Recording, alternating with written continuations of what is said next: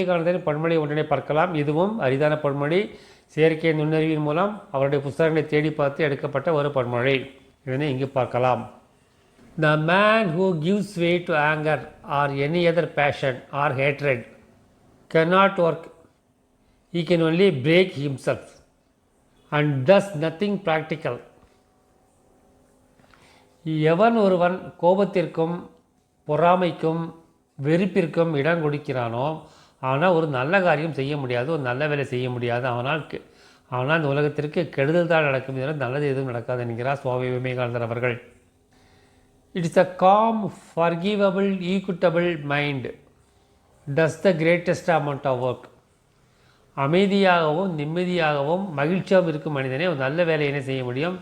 எவனால் மனதில் வெறுப்பு இருக்கிறதோ கோபம் இருக்கிறதோ அவனால் கெட்டது தான் நடக்கும், நல்லது நடக்காது என்கிறார். இது ஓரளவுக்கு இன்று நடக்கும் இந்த ஈரான் அமெரிக்க யுத்தத்தை எடுத்து பார்த்தாலே தெரிந்துவிடும். ட்ரம்ப் அவர்களுக்கு ஈரான் மீது கோபமும் வெறுப்பும் பொறாமையும் மற்றும் எல்லா வித உணர்ச்சியும் இருப்பதால் அவரால் ஒரு அழிவினத்தை தர முடிகிறத தவிர ஒரு உற்பத்தியினை, ஒரு நல்ல அமைதியினை உலகத்தை ஏற்படுத்த முடியவில்லை. ட்ரம்பின் முடிவுகளால், அவருடைய கோபத்தினால், அவருடைய பொறாமையினால் இருந்து பலவித எதிர்மறைய உணவுகளால் அவரால் உலகத்திற்கு அழிவை தர முடிகிறது தவிர ஒரு அமைதியான நிம்மதியான சூழலை அவரால் உருவாக்க முடியவில்லை.